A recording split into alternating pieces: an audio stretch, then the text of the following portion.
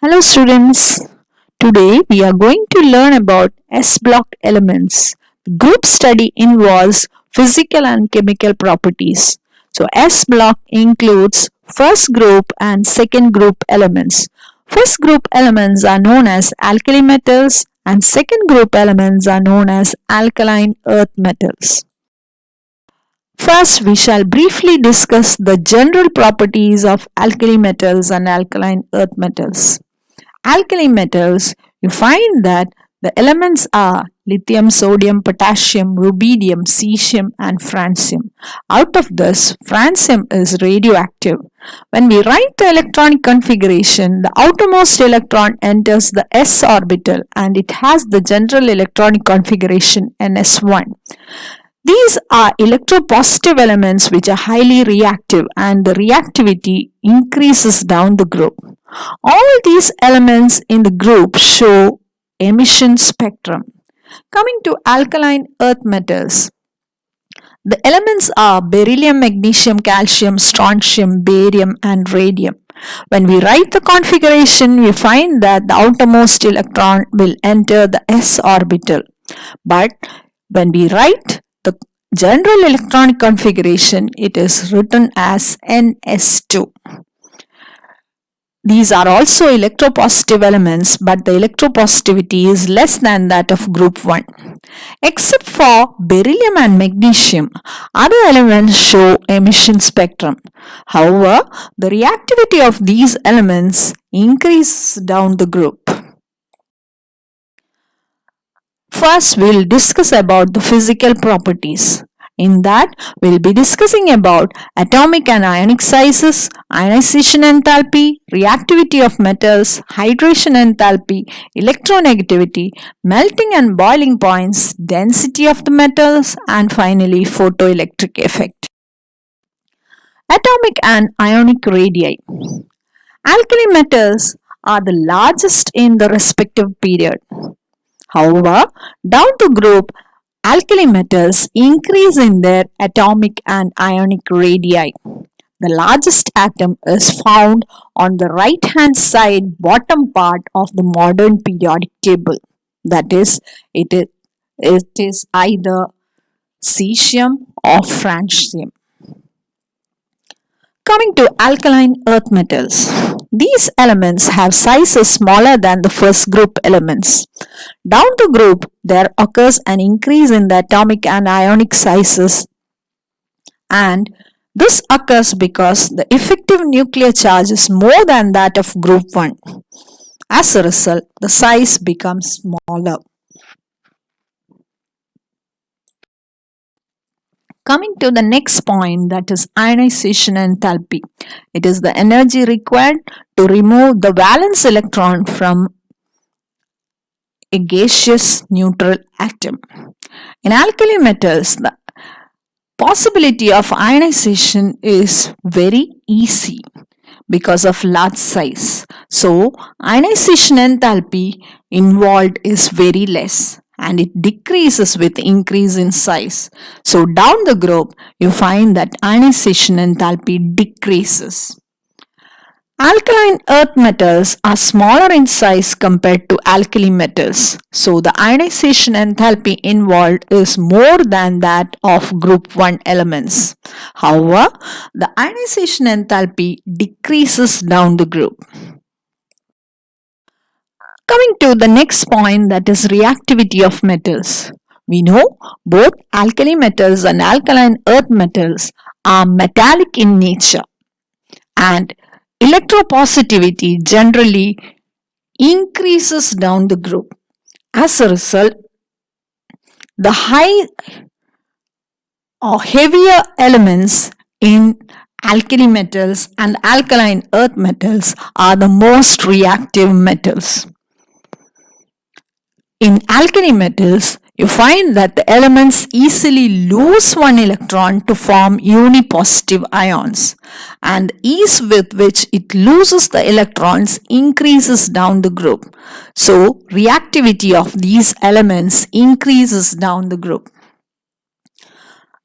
Alkaline earth metals, they lose 2 electrons to form unipositive dipositive ions, and the reactivity increases down the group. Coming to the next point called hydration enthalpy. It is the energy required or energy that is released when water molecules approach a particular ion. In alkali metals, the hydration enthalpy for first group ions will be in the order lithium ion, the greatest, and the lowest will be for the largest ion, that is cesium ion. So the order is lithium ion greater than sodium ion, greater than potassium ion, greater than rubidium ion, and finally cesium ion. Alkaline earth metals are having the hydration enthalpy in the order beryllium ions greater than magnesium ions, greater than calcium ions, greater than strontium ions, greater than barium ions. The hydration occurs in this order because the small sized ion is having the capability of attracting maximum number of solvent molecules towards it. With a result, it releases a lot of energy. As a result, the hydrated ion will be more for the small sized ion, or the hydrated ion will be larger in size in the case of lithium for first group and beryllium ions for the second group. Coming to the next point, what is electronegativity? You know, electronegativity is the tendency of an atom to attract a shared pair of electrons towards it. You know that the S-block elements include the metals. Metals means the other name is electropositive elements. Electropositivity keeps on increasing down the group, and so the opposite of that, electronegativity, will decrease down the group. You find that the small sized ion will be having the tendency to attract a shared pair of electrons towards itself. That is, maximum tendency of electronegativity will be more for the small sized ion. So here you find that the first group elements, lithium, is having the maximum electronegativity in the group, and electronegativity decreases with increase in size.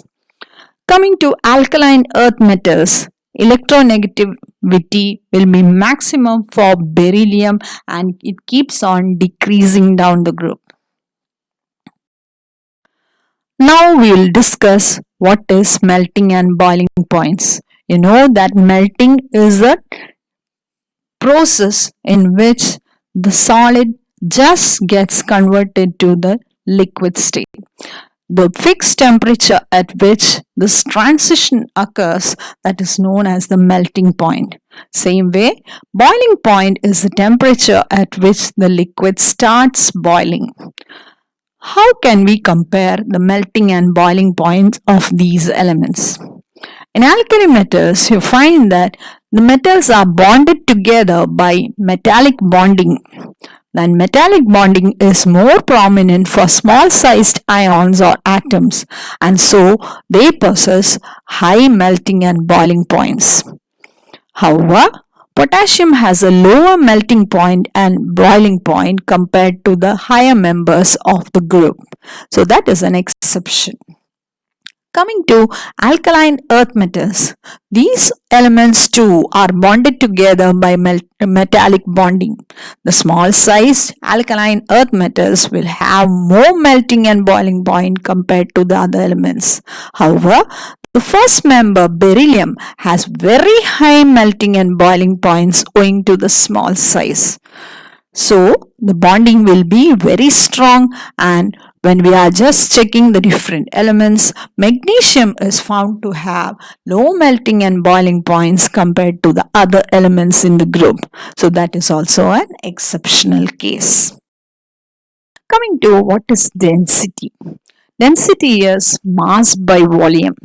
In alkali metals, down the group, the density keeps on increasing. in the case of first group. Density of potassium is however less than that of sodium. Coming to alkaline earth metals, down the group the density decreases for a few elements and then increases. Density of calcium is the least in the group. That is also a point to be noted. Now we shall just discuss what are the colors that are imparted to the flame by different elements in first group and second group. We know that alkali metals are having the general configuration NS1 and lithium shows an anomalous behavior. It is showing a similarity with the second member of the subsequent group, that is magnesium. That is, it is showing a diagonal relationship, and most of the alkali metals are imparting color to the flame. Lithium, when kept in the flame, shows crimson red color. Sodium gives golden yellow flame. Potassium is showing a purple colored flame, which is otherwise known as lilac. Rubidium shows red violet flame. Cesium, it is showing blue flame. Now what do you understand by photoelectric effect? This is a special effect shown by certain metals in the first group. The members in the first group easily knocks out the valence electron when light of suitable frequency and wavelength falls on metals. Usually, the metals like potassium, rubidium, cesium, etc. is found to show this prominent effect. The process of knocking down of electrons from the surface of the metals when it is hit by radiations of suitable frequency is known as photoelectric effect. Now coming to group 2 elements. Alkaline earth metals are having the general configuration NS2. Beryllium shows anomalous behavior and it shows similarity with the second member of the next main group, that is the 13th group. The member is aluminium, and that property is known as diagonal relationship. Except for beryllium and magnesium, all other alkaline earth metals impart color to the flame. Beryllium has no color, magnesium has no color, calcium shows brick red flame, strontium shows crimson red, and barium shows apple green color to the flame. What are the main physical properties of group 1 and 2 that we discussed just now? You find that in alkali metals, atomic and ionic sizes are comparatively larger to that of alkaline earth metals. Alkali metals are having low ionization enthalpy, and these are highly reactive elements, and so they tarnish quickly in the presence of air compared to alkaline earth metals. Lithium, sodium, potassium are soft metals and can be cut easily with a knife. They form their respective oxides on exposure to air. So these metals are always stored under kerosene, benzene, hexane or ether. Beryllium and magnesium are small in size, so they do not show emission spectrum in the visible region of electromagnetic radiations. Coming to chemical properties of group 1 and group 2. First, we shall discuss the reaction with oxygen. The compounds are generally known as oxides, and the type of oxide that is formed from group 1 is of the formula M2O. So that is the common oxide. But at different concentrations, you find that the higher members starting from sodium can also form peroxide, with the formula M2O2. What is special about peroxide? Peroxide is having bond O, bond O, bond linkage in them. Coming to the next type of compound that is formed with oxygen, that is known as superoxide. So it is specifically shown by the element potassium and the higher members. Potassium, when it combines with oxygen, it forms the compound KO2, which is known as the superoxide. When we just compare the reaction with oxygen for alkaline earth metals, the compound formed is also oxide, but the formula will be MO, where M will have +2 oxidation state. You find that the formation of the oxide in group 1 happens spontaneously, whereas in group 2 the reaction is a bit slow and we'll have to initially heat the substance to form the oxide. This is the reason why alkali metals are always stored under kerosene, to keep it out of contact with air, so that you find the oxide formation is prevented. Coming to the next point, that is reactivity towards hydrogen. The compounds formed are generally known as hydrides. In alkali metals, it is of the type MH. Here, M will have +1 oxidation state. Evidently, these compounds are ionic in nature. So these ionic compounds are good conductors only in solutions or in the molten state. In solid state, it remains as bad conductors. Same is true for alkaline earth metals. The only difference here is the hydride formed will be of the type MH2, where M will have +2 oxidation state and H is having -1 oxidation state. These hydrides are also ionic in nature, and you find that they are good conductors in solutions or in molten state. They are also known as salt-like hydrides or ionic hydrides. Coming to the next reaction, reactivity towards halogens. The compounds are generally known as halides.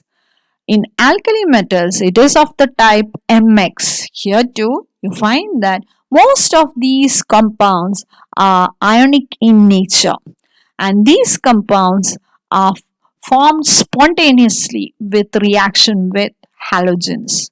However, lithium iodide is covalent in nature. That can be explained by Fajan's rule. That is, smaller the size of the cation and larger the size of the anion, the more will be the covalent character. Coming to the halides of alkaline earth metals. It forms the halide of the type MX2, where M is possessing +2 oxidation state. Here also, the compounds are ionic in nature and some of them are having covalent nature. It can be explained with the help of Fajan's rule. These are formed on strong heating. That is the difference between the halides of second group elements with that of first group elements. Coming to the next point, how these metals behave when it is put in liquid ammonia. You find that they form solutions in liquid ammonia. Alkali metals dissolve in liquid ammonia to form deep blue solutions. The color appears due to the formation of ammoniated electrons. When it is kept for a long time, and if it is a concentrated solution, these paramagnetic solutions will slowly change into diamagnetic compounds, and you find that it turns bronze in color due to the formation of metal amide. Coming to alkaline earth metals.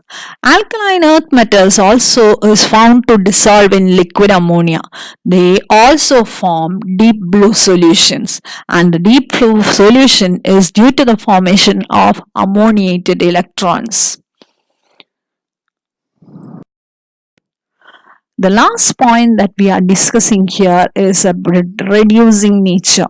You find that metals are electropositive, so they readily give away the electrons. With a result, they can help others in reduction. So they are good reducing agents. When we check the standard electrode potentials of the metals, you find that they are highly negative in nature. That is, they lose electrons readily, and so they act as very good reducing agent. Out of the alkali metals, lithium is the most powerful reducing agent. Coming to alkaline earth metals, the standard reduction potential is also found to be negative, but it is not that negative compared to that of alkali metals. So they are less powerful reducing agent.